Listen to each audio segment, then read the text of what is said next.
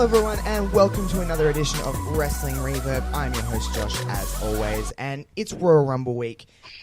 It was only fitting that I needed to get out to the world what I think is going to happen this weekend at the Royal Rumble.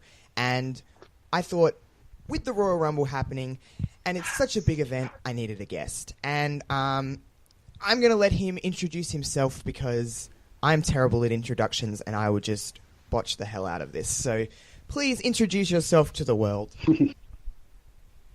Hello, world. I am Mags, a.k.a. Darren. I am on Twitter at DJ Kurtman. I also have a podcast called Why We Watch with my good friend Mark Arendt. And it's an incredible podcast. I listened to it yesterday and I was like, oh, this is so good. Thank you very much.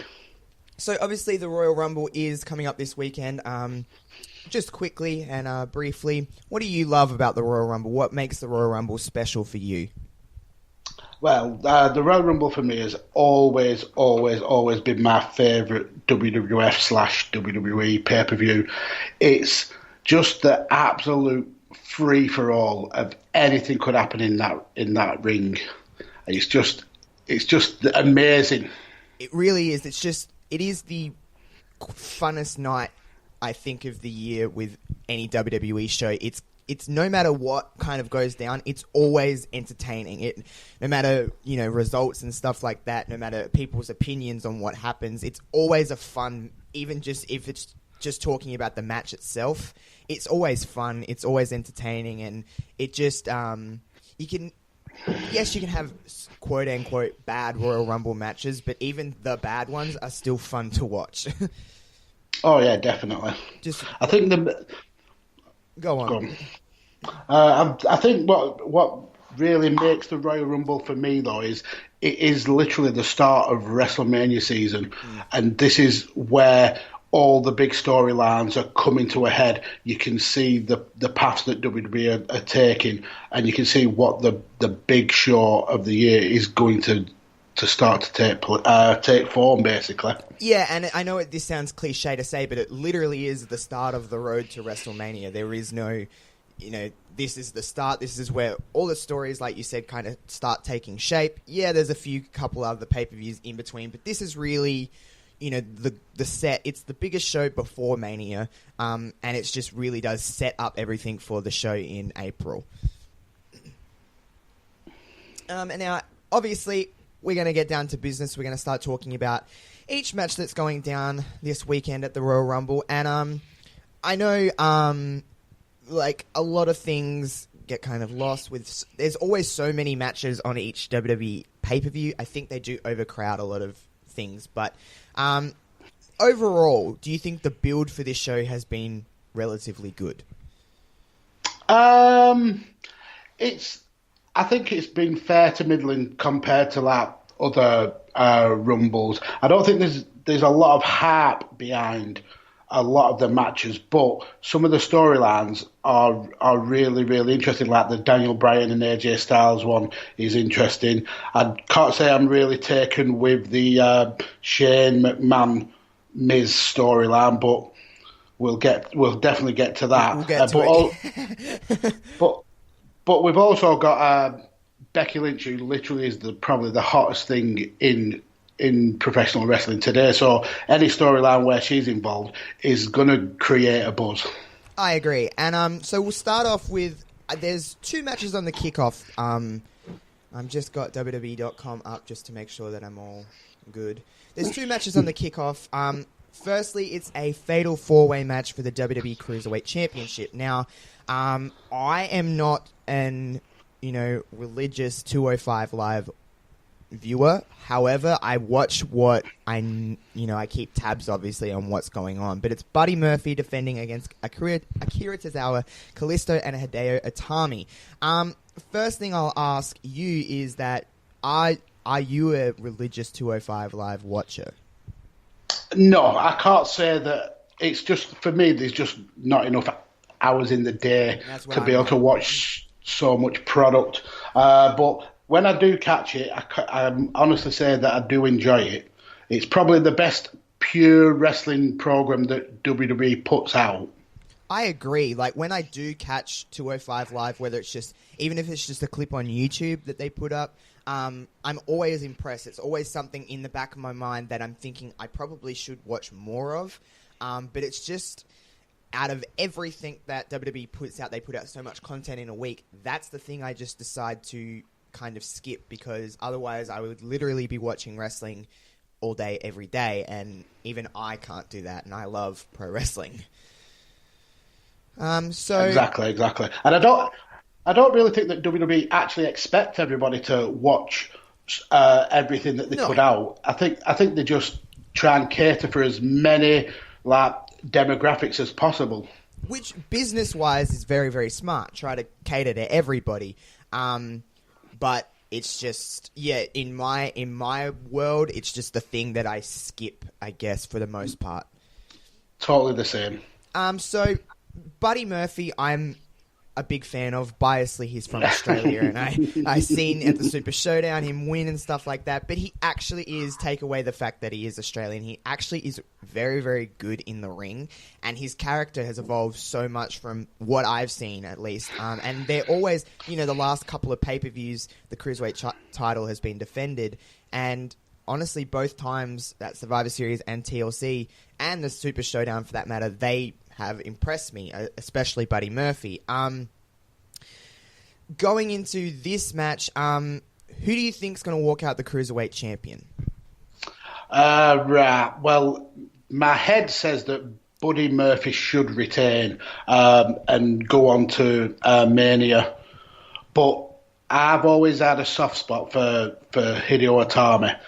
And I would personally like him to take this title. I think he's had a really, really tough time with injury after injury, and he's also had quite a lot of patchy booking. But talent-wise, he's probably elite level in wrestling. So head says Murphy, but heart says Itami. I agree with you. He's just had there's no other way to put it. He's just had bad luck. Yeah. Like, I think from the get-go, he was pretty much, solidified that he was going to be somewhat of a big deal in NXT, and then, wherever his path took him. But just injury, I think he's had 2 or 3 injuries, hasn't he? Maybe just 2. Yeah, I think a couple. Yeah, and it's just unfortunate. He is really good. I agree with you. He is an elite level talent, especially with all the buzz that he got coming over to NXT. So, I mean, that's just unfortunate for him. But in my heart, my brain says Buddy Murphy will retain in this one. I can't really, I can't really go again. It just makes sense for him to go to Mania with the Cruiserweight Championship and probably drop the championship at Mania.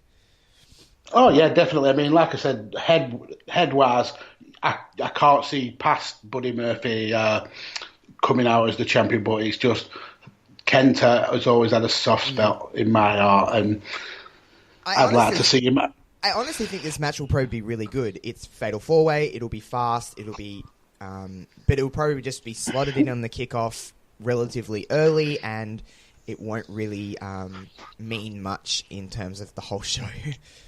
No, but to be fair though, when was the last time that a cruiserweight match didn't really excel on a WWE pay-per-view? Like I said, the last few pay-per-views they've done nothing. The Super Showdown, watching that match, I didn't think going in that would be the best match on the card, but it was. It crowd reaction wise, obviously, that was something that I'll never forget. But also, the actual match itself was really good. There was nothing really that competed with it on the Super Showdown. At Survivor Series, I thought him and Mustafa Ali, Murphy and Mustafa Ali, I thought they had an incredible match at Survivor Series.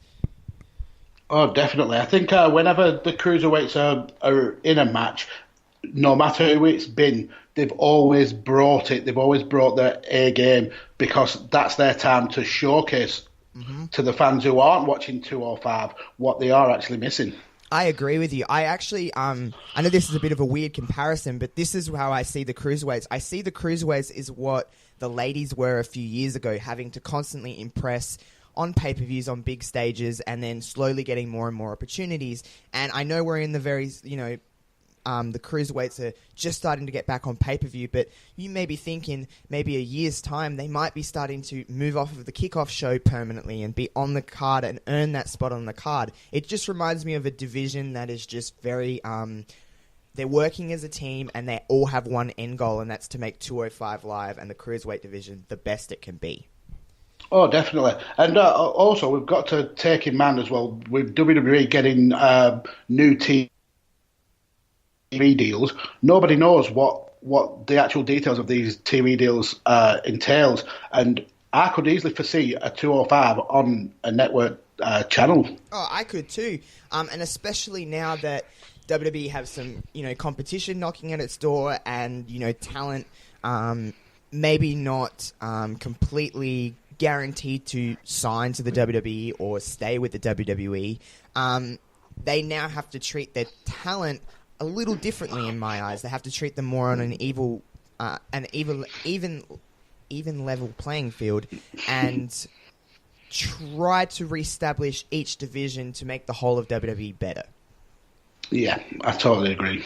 So moving on to the second kickoff match, and it's the United States champion Rusev defending against Shinsuke Nakamura. Now, I am in, I think, the minority here, but I am not a big Rusev guy. I never really seen a lot in Rusev. I just didn't really enjoy the last maybe 6 months of Rusev's career. I really have not enjoyed at all. I thought this United States Championship win was a little bit left of field. I wasn't really sure. It happened back on Christmas night, I think, on SmackDown. But that being said, Shinsuke Nakamura's run with the United States Championship was lackluster, to be fair. But what's your thoughts heading into this match? Well, I think you've just said that 100% of this podcast are not on the Rusev hype train. I mean, I'm not a hater of Rusev, don't get me wrong. Me either. I just don't think there's anything spectacularly stand out about him. That being said, though, I can't see past a Rusev win here. I absolutely loved Nakamura, but it doesn't take a blind man to see how poorly he's been booked, how poorly his feuds have floundered. And it just seems like he's not appealing to the main roster audience, especially when you compare him to how he was an absolute star in NXT and obviously an even bigger star over in New Japan. I think it's actually a big indicator of how totally different the NXT and main roster audiences can actually be. But yeah, I can't look past the Rusev win here. I'm the same as you. I love Shinsuke. I think his talent is just, sky's the limit with him, but it's just the way he's been booked, the way he's been, I think he's just taken one too many losses, and it's just to the point, it's not to a point where he's unrecoverable or, he's not completely ruined by any means. Everyone can be rebuilt, but it would take a lot to get Shinsuke to another level again because, I think we were all expecting once he won the Rumble last year, even just thinking the Rumble last year to this year, he was, winning the Men's Royal Rumble and now he's on the kickoff show in the United States Championship match. And, I mean, that just could kind of, I wouldn't even have to explain if you just looked on paper the kind of level he's dropped from, which is a shame because Shinsuke is he's just really, really good. There's no really other way to really put that. He's just tremendous charisma through the roof, in-ring talent through the roof, and it's just a shame that the way he's been used, basically. But I'm the same as you. I really can't see Shinsuke winning back the United States Championship here. It wouldn't really make a lot of sense. We'll see what happens between now and Mania with Rusev, but my eyes would probably tell me that Rusev's probably taking the championship into Mania. Yeah, I can totally agree with that. Rusev Day is hot. It's still hot from even months ago, and there's no real reason to take that title off him right now at all. No. I'm not really expecting too much from the match. I'm not saying it'll be bad by any means, but it'll just be a nice little match to go on the kickoff. Yeah. So we move on to the main card now, and we'll start with the SmackDown Tag Team Championships. You seem to have a little bit of thoughts on this one. So it's the Bar defending against The Miz and Shane McMahon. I will let you take the reins of this one. Give me your thoughts. Well, as I've made clear in the opening, I am not into this Miz Shane storyline at all. I find it's a massive waste of Miz's talent and a massive waste of the SmackDown Live team division in general. I don't like Shane as a regular wrestler. I think he's acceptable as a once in a while kind of thing. But outside his high risk spots, he's actually a very poor wrestler. I think he throws probably the worst punch in wrestling. And that's including Nia Jax, whose claim to fame is that she breaks faces with her punch. I just feel like I've always had this impression from Shane that he does stuff to try and get Vince to respect him as much as he respects Steph, but he's never going to. Look, Shane, just accept it. Steph's always going to be the favourite. I mean, he even went away to China and made some major business moves, and then he's come back and he's still in Steph's shadow. but obviously that's poking a little bit of fun. But I don't think it's fair that they've got such great tag teams on SmackDown and the team going into the championship match is Shane and The Miz. I just don't like it.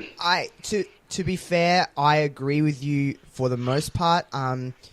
Shane is fine by me wrestling maybe once or twice a year. Throw him in the Rumble maybe, or throw him in at Mania to, help someone that needs to be helped, because Shane does have star appeal. Obviously, his last name is McMahon, and he's good for the, fun little spot here and there.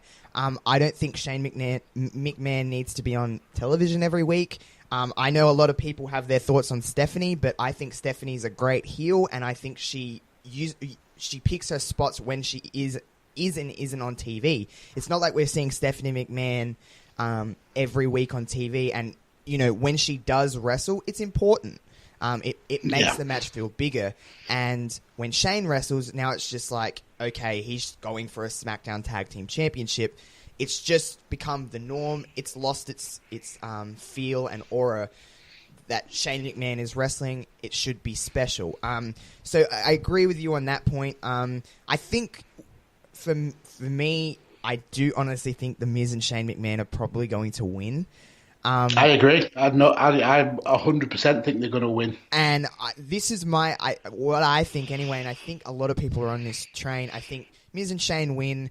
They hold the championship. There's 2 pay-per-views between Royal Rumble and Mania. It's Elimination Chamber and Fastlane. So I think maybe they drop the titles at Elimination Chamber or Fastlane, and Miz turns on Shane, and then we have a match at Mania, I would assume. But, yeah, I mean, it could go different. Who knows? But I do think Miz and Shane go over. But it is a shame because you have teams like the Usos. You have teams like Gallows and Anderson, the New Day, Sanity. The list goes on and on. It honestly would make more sense. No, I don't mean this in a negative knock on the teams that are on Raw, but this is almost what you need on Raw is a thrown together tag team to help the division build. You don't need it on SmackDown. They have the top tag teams in the WWE. But yeah, Miz and Shane for me are probably going to win this one. Yeah, I agree. I think they are. And I think it goes pretty much exactly how you said then. They'll win it. They'll drop it on the road to WrestleMania. And maybe it'll be Shane that turns heel. I don't know. But yeah, I think that's how it goes. But I just don't like the storyline. I don't like how a McMahon has to be involved. And I think The Miz deserves a better storyline. And it's so frustrating for me because I think the last couple of years, or even the last 3 years, Miz has been on a whole nother level of just himself, let alone he's in the top tier talent-wise of talent in the WWE. And really, I don't think Miz they've given Miz another opportunity to really show his stuff in a main event storyline. Yeah, he's been the Intercontinental Champion and stuff like that, but when you think about it, Miz really hasn't been in a main level storyline for a WWE or Universal Championship since his original title run back in 2010. Yeah, and it's actually quite shocking for the amount of promotion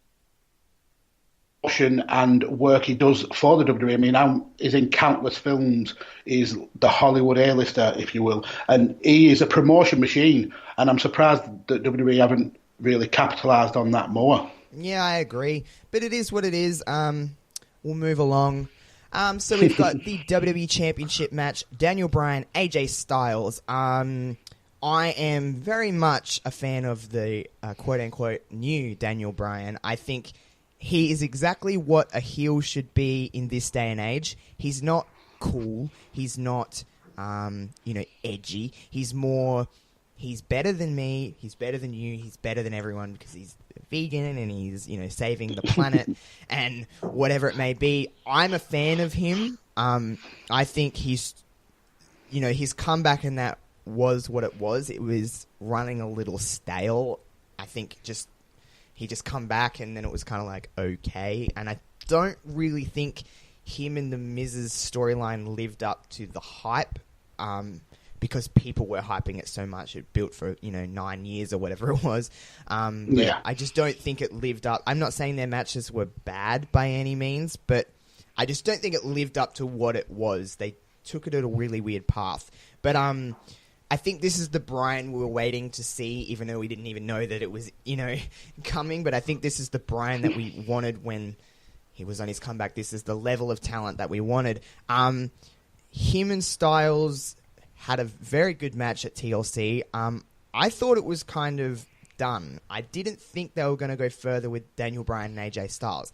I'm not at all angry that they are, but for me, the build of this match has been very, very good. Styles has shown a little bit of a different side, and I do think Daniel Bryan will probably get the W in this one. I don't see AJ regaining the championship. I think there is a bit of a plan for Bryan with the WWE Championship. Well, I think this is probably the most invested I've been in an AJ Styles feud in a very, very long time. And it's actually quite a good comparison to compare how this dream match feud with Bryan has actually gone when his dream match feud with Nakamura got boring and very laboured so quickly, and it dragged and dragged out. But the one that he's having now with Daniel is felt fresh and it's felt exciting.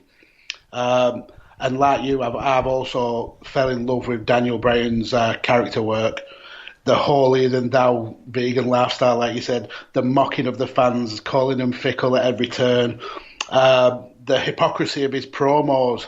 For instance, when he said that he got assaulted by he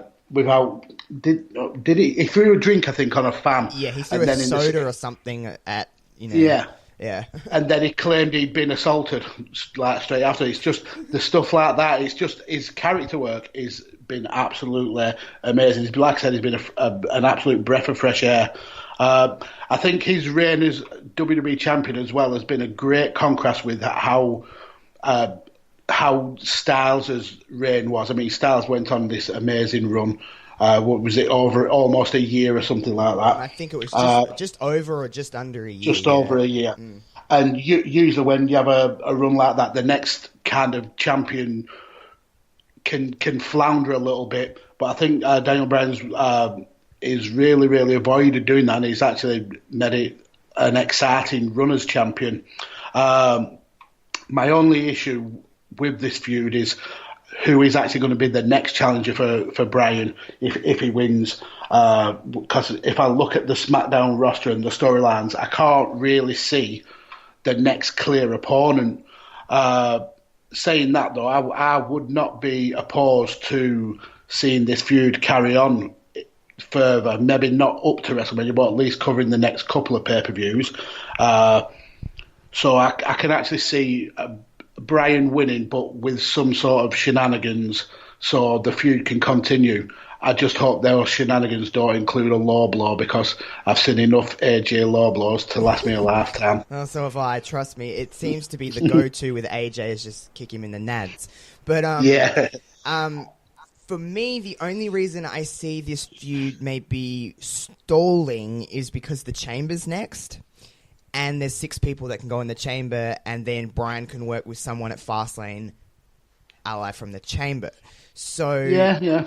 That's the only reason I see this feud. Maybe, it might pump the brakes here, but I do definitely understand what you mean, because it doesn't necessarily mean the WWE Championship will be defended inside the Elimination Chamber.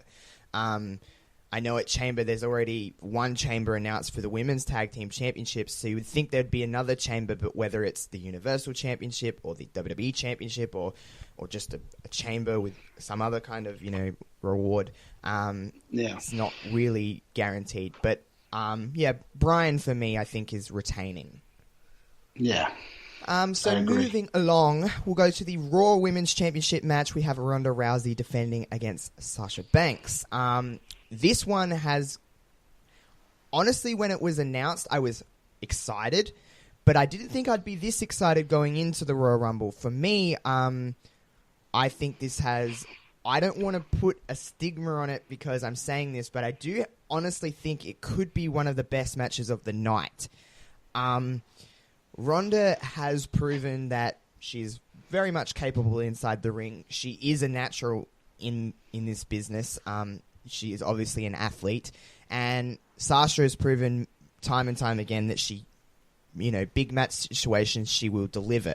Now, I do agree with everybody that Sasha has dropped a level of superstar, if you will, in the last year. She has... 2018 she just completely stalled. I think that, there is a very big gap between Charlotte and Becky and Sasha and Bayley, and I just think that Charlotte and Becky are the 2 stars of those 4. And I'm not saying that Sasha and Bayley aren't stars. They are, but I just think they are a level below. And I think this is what Sasha needed. I think she needed to be in this title match against Ronda. And it's shown in the last few weeks that Banks is... she can still deliver at this level. She still has that in her. It's what I fell in love with in NXT with Banks. I was the biggest Sasha Banks fan you could see. I was all for her coming to Raw, going for the title, fighting Charlotte. That was just... I was all on that train, and I think even I have fallen off that train. I'm not saying I dislike Sasha at all. I really like her, but I just think this is reminding me why I loved Banks so much. And it's hard to bet against Ronda. I do think that Ronda will take the win. I think we know where we're going to Mania, but I think this will probably be Ronda's toughest challenge yet. Totally agree. I think it will be a toughest challenge. I think with Sasha, I've always had a feeling that she's kind of like Randy Orton in the way that if she's not interested in what's going on, she coasts. Like, I don't think this on-off Bayley Sasha storyline was what she wanted, so she didn't put her full effort into it. Whereas just looking off the promos that she's done with Ronda, you can tell she's got something to basically somewhere to really get her teeth into. So I think this is where we'll see the best of Sasha come out. Just like Randy Orton, when he's got a storyline he can really get his teeth into, you see the best of him. I don't see Ronda losing the title before WrestleMania, even with the news reports that have come out today about she may be taking time off after WrestleMania. I think, as we saw on Raw, Sasha has shown she can counter the armbar. So I think I totally agree with you that this could easily be the most competitive match that Ronda's had. I've also been sensing a sniff of a heel turn from Ronda in this feud. There's obviously been the Instagram post where she's absolutely slated Sasha, to the low-key negging of Sasha basically to her face, saying that she can't wait to beat her and stuff like that.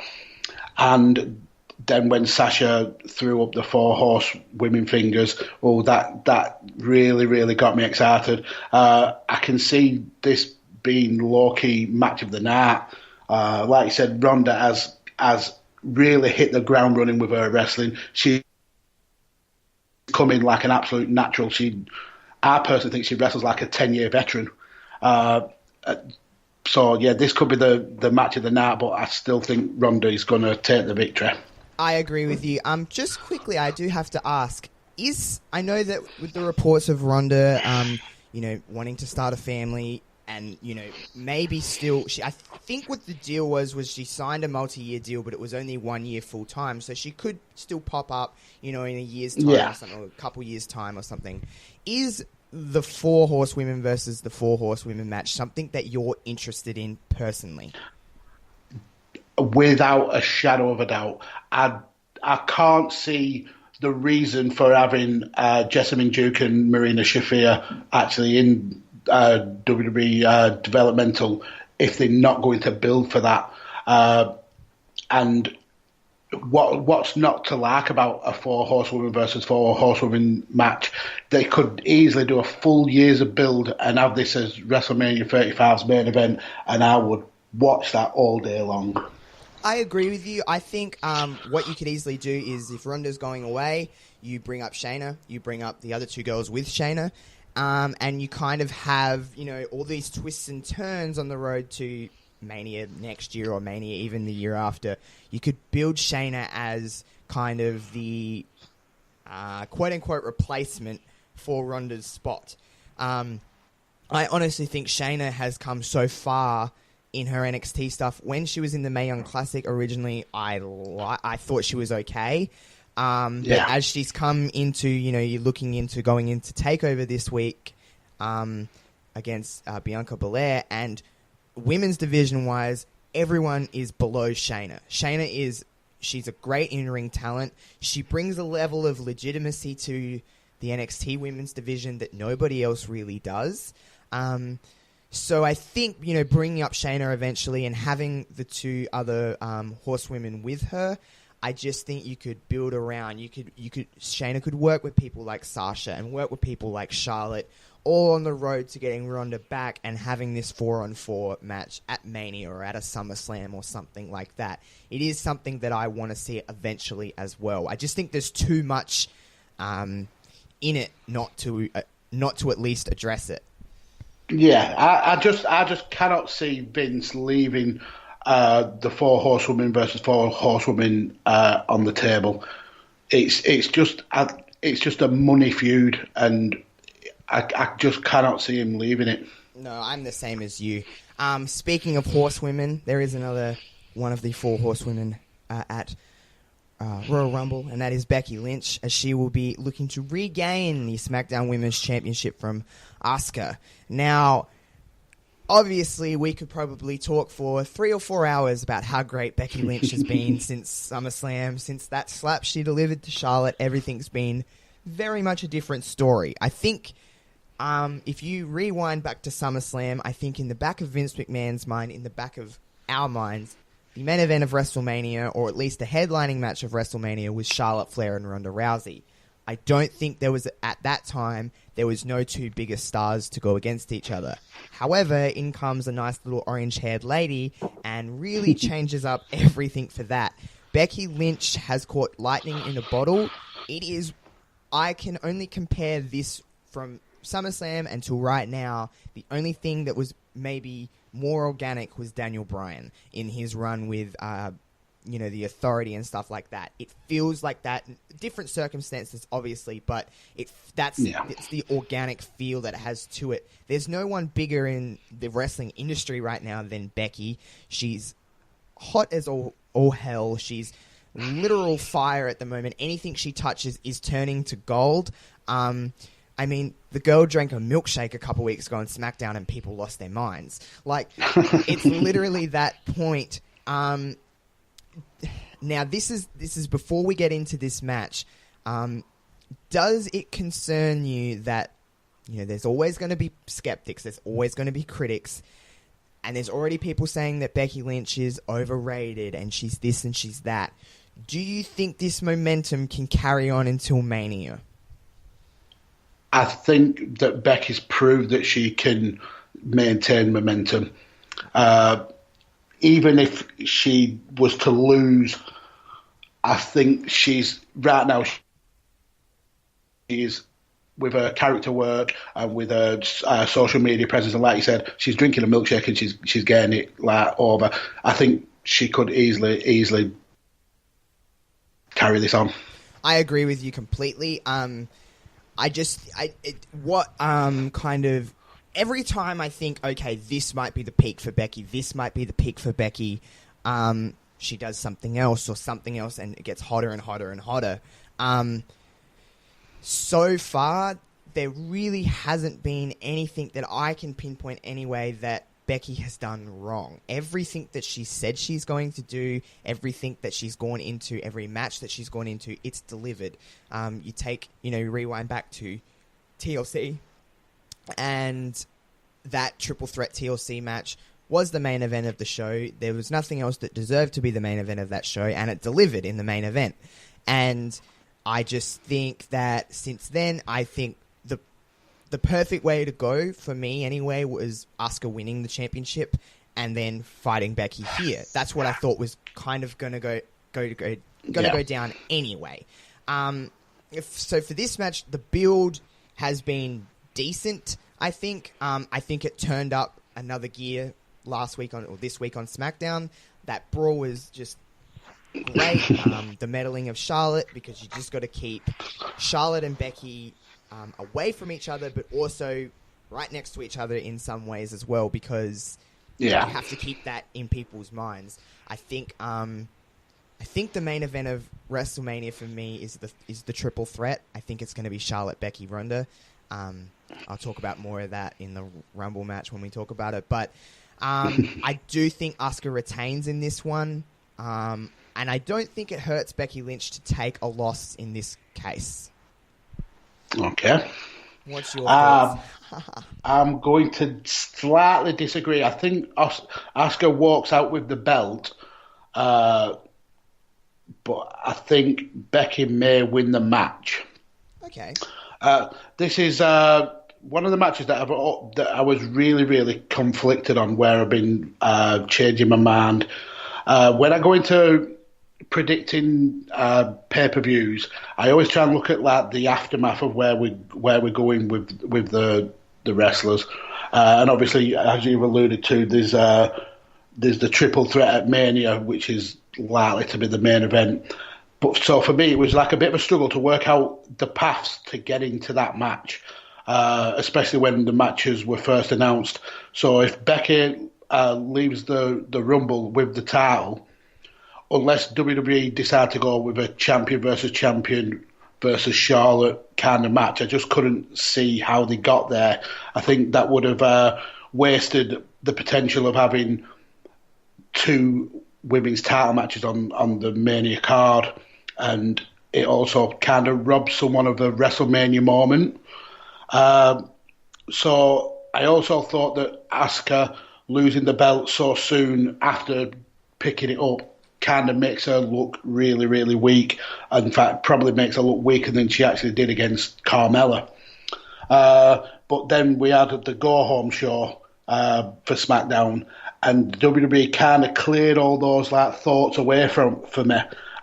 With obviously that confrontation between Becky, Asuka, and Charlotte, I can see Charlotte getting involved in the match and attacking Becky or attacking Asuka, and it being basically a disqualification finish.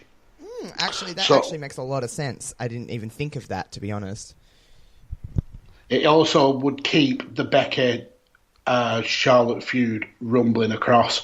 It would keep Asuka strong, And then when we obviously link it to my prediction of who wins the Rumble, it kind of clears up the pathway for that triple threat match at Mania. Yeah, that's actually very true. I didn't even think of it like that. Regardless, I think we both agree that Asuka walks out the SmackDown Women's Champion. Yeah.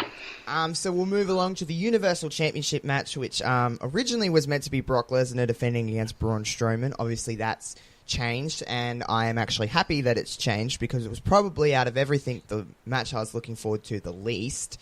But now it's probably one of the matches I'm looking forward to the most because in steps in one Finn Balor. Now, obviously, I think we would both agree that we're very big fans of Finn. Am I right in saying that? I'm a massive fan of Finn. So I always think that Brock Lesnar shines the best when he has someone in there that he can literally throw around. His best matches have been with AJ and Bryan, in my opinion anyway. So I think with Finn, this is going to be a very good contrast of styles. Now, this is something that I had a hard time actually thinking about who's going to win, because I know that Brock is Brock and he just wins. But there's something inside of me, I don't know if it's just because I like Finn Balor a lot, and I know this has become a thing to say, but I do believe in Finn Balor. I just don't know why it's in my brain. It might be just my heart overtaking this, but I have this weird feeling that Finn Balor is going to win. So I just don't know, because I think with the Universal Championship match likely not going on last at WrestleMania, I just think it could change things up for now. But that being said, it's very hard to bet against Brock Lesnar because he's Brock Lesnar and he does just win. I think a perfect example of that is Crown Jewel, when we thought it was Braun's time to win the championship, finally, and Brock just kind of won. I think Vince went back to his bag of tricks, the bag of, he played his best hand in his mind, and that's Brock Lesnar with the championship. I really am. I don't know if you're gonna. I don't know if I'm going to regret saying this, but I can't. I just can't bet against Finn Balor at the Rumble. Okay, well, this is another one of the matches that I've really, really flip-flopped on. About an hour ago, I was contemplating whether I was making the right choice. When Finn won the match to decide the challenger after obviously Braun was removed, my instant thought was he was going to be fodder to keep this Brock Lesnar train running till Mania. And even though that's still probably very possible, looking at Finn's actual recent booking, obviously he's had the NXT UK match with Jordan Devlin, the whole Vince never believed in me but everybody else believes in me promo, winning 2 matches on the same Raw. That's actually made me kind of waver on whether Brock is actually going to walk through Finn or not. And then obviously we've got Vince's David versus Goliath speech. Even though he really, really botched it and it didn't make a lot of sense. I agree. I think the narrative of what he was actually trying to say really came through, that he sees Finn as the David and Brock as the Goliath, and we all know what really actually happens in that story is that David does take Goliath down. Mm-hmm. So, if that being said, if Finn does lose and Vince's version of David and Goliath turns out to be true, what kind of message does that send to the rest of the guys or the fans that Goliath is unbeatable and you shouldn't really ever try, kind of thing? And why can the little guy never ever reach the top of the mountain? So I'm totally sold that Vince's promo was a hint to say that Finn is winning this match, and I've just got it in my head that it's not the size of the dog in the fart, it's the size of the fart in the dog. And I'm picking a Finn victory. And I can't believe I've actually said it out loud because my brain's saying, no, what are you doing? Clearly Brock's going to smash him in, but I'm going for a Finn victory. I can see him coming down from the top rope. I can see the 3 count. I can visualize it. But that being said, I really can visualize Brock Lesnar just throwing Finn around and winning. But it's very hard. But everything was telling me don't pick Finn Balor. It was like, no, you can't bet against Brock Lesnar. But I just can't. I can't pick Brock in this one. I really do believe that Finn Balor's got this in the bag. Definitely. And I also, with every month that Brock doesn't go to UFC, it's a month closer to Daniel Cormier actually retiring, because I'm sure he said he wanted to retire before his 40th birthday. So obviously Brock has been lined up as his next challenger, as it were. So I do think Brock is I've got a feeling that Brock won't even be at WrestleMania. Let's just put it like that. I think he's going to be in the UFC by then. I do as well. I don't see Brock at Mania this year. I really don't.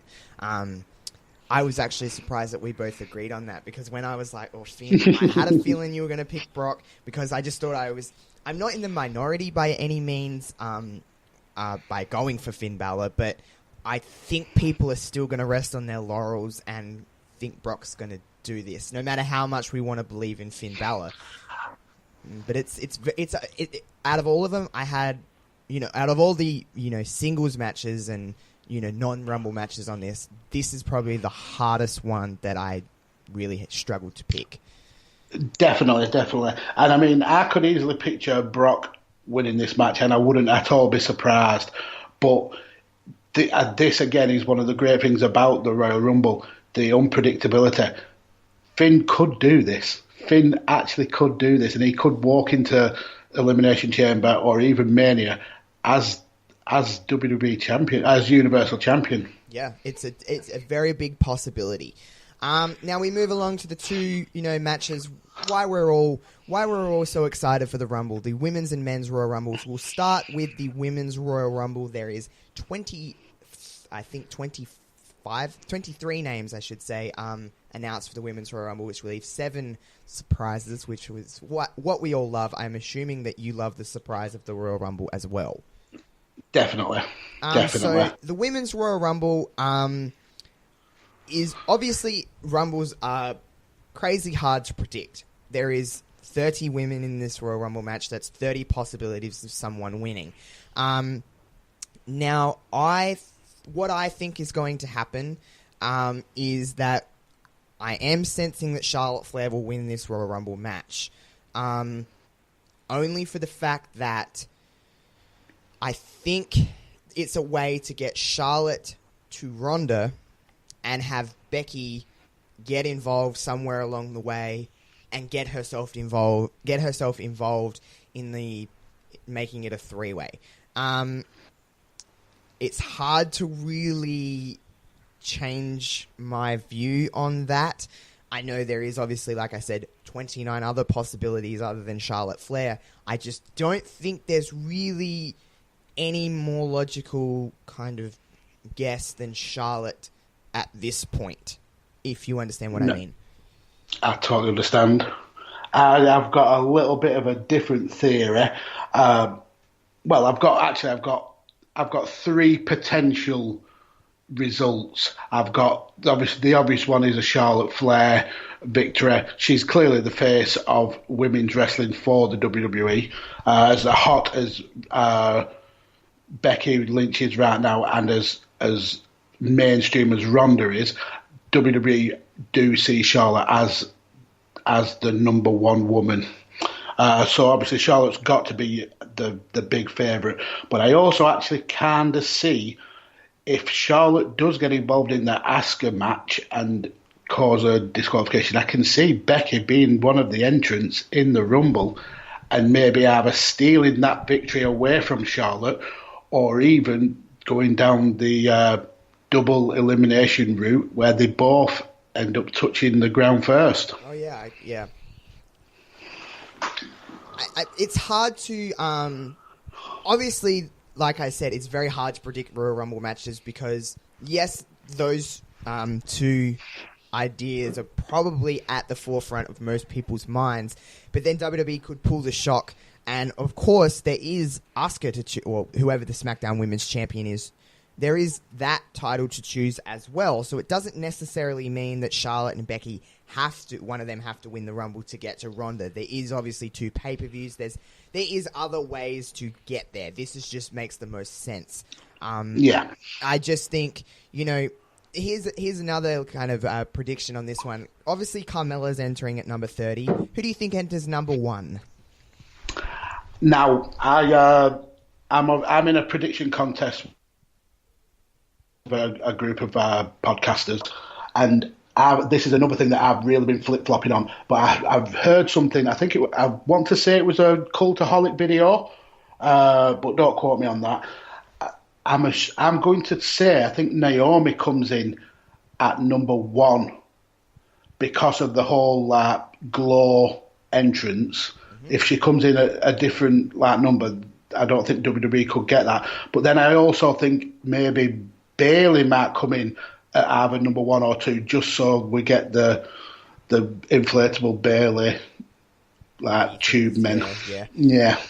For me, sorry, go on. So yeah, basically, I think 1 and 2 may well be Naomi and Bayley. I honestly think that Ember Moon is going to enter number 1 because I think that Ember is someone that they know can deliver, but has had very few opportunities on the main roster to do. I think Ember enters at number 1 and stays in for a relatively long time. But I see your point with Bayley, Naomi. I could honestly see Naomi and Mandy Rose starting it off with all this stuff that's been going on as well, just to kind of start the Rumble off hot, if you understand. I think Ember Moon enters at number 1 in this one. But my prediction is that Charlotte Flair wins the Rumble. Okay. Well, before I saw this video that convinced me to change my mind, I actually had Ember down as number 1. Oh. So we did actually agree until I was swayed. You were swayed. I'll stick to Ember, and I guess we'll find out this weekend if one of us are right. Let's be honest, we're probably both wrong. Now we head to the men's Royal Rumble match, and this one I had a lot of trouble with because I feel like there's more options that seem logical than the women's Royal Rumble. Obviously, number 1, it's been said that Seth Rollins is, a very heavy favorite to win this Royal Rumble match. For me, I don't see Seth winning. I see a McIntyre victory in this one. I just think that Seth's been so at the forefront, and yes, Drew has as well, but I feel like Drew's been kind of just coasting just underneath it all. I sense that Drew is going over in this one. But other than that, I know there's a few other names that have been thrown around, but I just think that they kind of have caught something special with Drew. I think Drew really is on that. He's right on the ceiling of breaking through. I think he really is about to shatter the glass on things. And for me, I think that Drew wins this one. Well, my initial thought was it was going to be Seth Rollins. Obviously, we had the rumours that it was Seth versus Brock at Mania. So really, my thoughts on that haven't really changed that much. But then, if Finn does win the Universal title, a Drew win would actually make sense because then you're having a babyface versus a heel title match. But even saying that, I think I'd rather watch a Seth versus Finn title match at Mania or a Seth versus Brock title match at Mania. So I still think that Seth is going to walk out as the Rumble winner. I completely understand that because that would be probably my next guess other than Drew. Who do you think enters number 1 in this one? Because it is a different field than the women's in terms of who can last the distance, if you understand. Yeah.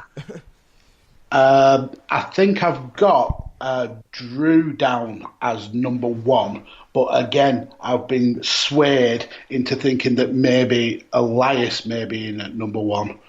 Oh yeah, because they can have the Qatar kind of deal. Yeah, exactly, yeah. Number one for me, I think Seth enters at number one, and he lasts very much until the end. Winning or not, I think he's number one, and he lasts right through. I just think Seth is obviously very hot right now, and it's a way to keep people invested in the entire, hour-long deal, whatever it's going to be. Makes sense. Yeah. Surprises-wise, men and women's Royal Rumbles, is there anyone on the top of your mind that you think you may see or you would like to see in any of the Rumbles? Right, in the women's, I'd really like to see Molly Holly. Oh, that's my favorite women's wrestler of all time. I've just you just hit another level of like for me. But one that I would really genuinely like to see, and it's more so because she's announced that 2019 is going to be her last year of actually wrestling. I'd like to see Victoria back in the Rumble. No, I agree with that. Victoria is someone that I think has been incredibly overlooked in terms of the women's evolution, marketing and deal, whatever. Victoria is someone that always delivered in the ring. She was great in her early run. She was great throughout her entire run, to be honest. Always putting over other talent, always making other talent looking like $100, Yeah, definitely. Victoria is one that I would definitely like to see. And like you said, it's her last year of wrestling. It's kind of now or never for Victoria. For me, yeah. I last year in the Women's Royal Rumble, we had a lot of, the big names of the women's divisions of the past, like your Trish, your leaders, just all the staples, even to a certain degree, like your Kellys and stuff. She was probably the top of the division in that time, as much as, that was just the time it was. I would like to see some of those, other ones, like people like Melina and people like an Eve Torres or something like that. Just people that were kind of there at other times and weren't necessarily the top of the divisions, because... Yeah, I know we have our thoughts on what the Divas division was and stuff like that, but it all comes together under one umbrella, and every single one of those ladies made it to what it was now. Bad, good, whatever. But I would like to see people like Melina or Eve Torres, or even like people like Caitlyn. I loved Caitlyn. I don't know why. I just thought she was really good, and she come back in the Mae Young Classic last year, and I thought she looked good in the Mae Young Classic. I just would like to see some other faces in the Women's Royal Rumble. Yeah, well, I've seen today especially a lot of internet chatter about Michelle McCool being involved in this year's Rumble, and obviously with her being the wife of The Undertaker, that's a distinct possibility. I think she was a very underappreciated wrestler. Yeah, I think she came in at she was there at the wrong time. She was just there. She was the best worker, or one of the best workers in the Divas time era, along with, your Beth Phoenixes and your Natties and stuff like that. But, Michelle was always really good, and to be honest, she looked great at Evolution. She looked great in the Rumble last year. I think she can still hold up with today's work rate. Definitely. For the men's, surprises-wise, I like seeing kind of... you know how we had people last year like the Hurricane and stuff like that? That's the kind of surprise I like to see with the men's Royal Rumble. I don't know if you're the same. There's no particular name that comes to my brain right now of who I'd like to see. I know obviously we're going to get some NXT stars and stuff like that, but if we're talking about surprises in general, I'd love to see Velveteen Dream in the Royal Rumble. Definitely, without a doubt. I think on the predictions contest that I mentioned earlier, Velveteen Dream is one of my predictions for a surprise entrant. I don't think you'll get many non-WWE contracted wrestlers. Like I think the Hurricanes now signed exclusively with Ring of Honor now. But I do think you'll get quite a few NXT ones. I'd like to see Kyle O'Reilly get a chance. Obviously, we had Adam Cole. We had Adam Cole last year, and again, I would probably expect Adam Cole to be in it again this year. But I'd like to see someone like Kyle O'Reilly or maybe a Ricochet. That would be cool. Or even an Aleister Black. I mean, the talent pool in NXT is so deep that you can nearly bring out anybody, and it would get somewhat of a reaction, especially with the big stadium that the 40,000 people or whatever it's going to be inside of that stadium in Phoenix. So, I think you have a lot of options with the NXT talent on the men and women's side, to be honest, because there's a lot of women on the NXT side that I'd like to see in the Rumble as well. So, definitely. The NXT talent pool is deep, and they're definitely going to make their presence felt inside the Royal Rumble matches. So that kind of wraps up the predictions for this show. But overall, number one, are you excited for the Rumble? And number two, do you think it will deliver? I am always excited for the Royal Rumble. This has always been my favourite WWE pay-per-view from being a little boy. And there's been very few Royal Rumbles for me that actually haven't delivered. I mean, obviously we've had results that are questionable, but I enjoyed the craziness, the unpredictability of a Royal Rumble. So for me, the match is guaranteed to deliver. I 100% agree with you on both ways. It's the most exciting match of the year. This card, in all honesty, is absolutely stacked, and it really is. Yeah, I really can't think of too many matches where I'll be disinterested in. With maybe the exception of the SmackDown Tag Team Championship match. But that will probably be in the middle of the show where it will be a little bit of a break from everything else, because I'm sure we're in for a long show, as WWE has proven in the past. So for me, I really am excited, and honestly, I cannot wait to get to the Rumble. I really can't wait. And NXT TakeOver from that matter, because TakeOver is going to be incredible as always as well. Definitely. I think the last takeover was the first one where it kind of hasn't bettered the one before it, but with the card for Takeover Phoenix, I think it's very likely that it could be one of the better takeovers to take place. Just quickly, which match at Takeover are you looking forward to the most? Probably Ricochet versus Johnny Gargano. I really, really love this slow burn heel turn from Gargano. I'm really enjoying how the hinting that DIY is going to reform, but in a heel fashion. And you've got there two of the best performers in the world. There's no way that can't be a stellar match. I completely agree with you. That match is going to be just another level of awesome. It's sometimes when you say that about a match, it can almost, for me personally, it can almost dimmer it a little bit because you're expecting so much. But with those two, you could hype this out of the park and you know it's going to deliver. For me, I am the biggest Bianca Belair fan. You will see I absolutely love the girl. I think she has got so much potential for someone who's only been working for 2 or 3 years. She is very, very good. I think her and Shayna is an interesting dynamic that we don't see very often in WWE. It was essentially two heels. I know they've built Bianca as a little bit more of a face than Shayna, but I really am excited for that match. Yep, I've probably got one word for that match. Once defeated. The tea. I like the drama that you're putting on that there. I do not agree with you at all.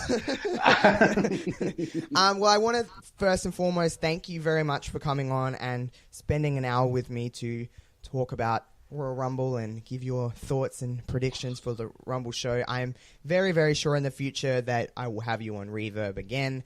And thank you very much for coming on. It's been an absolute pleasure. I've really enjoyed it. Really, really enjoyed it. All right. So just I know you said at the start of the show, but where can people find you on social media? Here we go. Here's the plugs. Here we go. You can find... Give it to me. You can find me by either searching for Mags, or you can find me at DEJ Kirkby.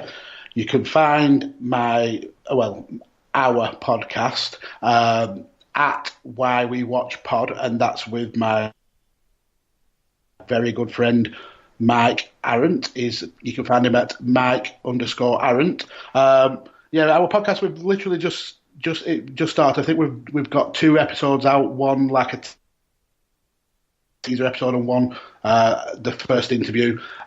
So if you'd like to be on the show, slide one of us a DM. I'm sure we can sort it out. I mean, we've had some absolutely amazing feedback. My heart has actually been so warmed by the love and support by everybody. Basically, the premise of the show is to give back to a wrestling community that Mark and I take so much from. We really, really do enjoy the Twitter wrestling community, and we wanted to do a podcast for a while, but we didn't want to do a review podcast or a preview podcast or even a predictions podcast, because there's so many people out there who can do it way better than we ever could, because we're basically 2 idiots who watch wrestling. So we just wanted to shine a light on the people who don't necessarily have a way of telling their wrestling stories. I mean, you can get people who do interviews with wrestlers, and that's all well and good. I love listening to wrestling interviews, but there's so many people out there with great stories from a fan perspective, and we just really wanted to shine a bit of a light on some of them people.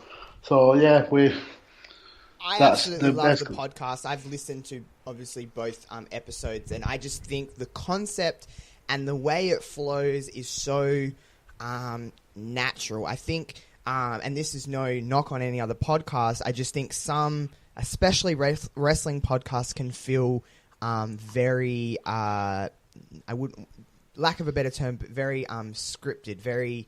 It's almost like sometimes a robot is coming in and structuring out a show. I like when a show can just flow so naturally. It's just 2 people having a conversation, and that is what I feel like with this show. And everybody that is a wrestling fan can relate to this, because it's exactly what you guys are. It's exactly who you're interviewing. It's just a wrestling fan. There's no right or wrong answers. It's just everyone's natural feeling towards pro wrestling. And the beauty of it is that every single fan has a different story about why they like pro wrestling, or why they watch it, or why they enjoy it.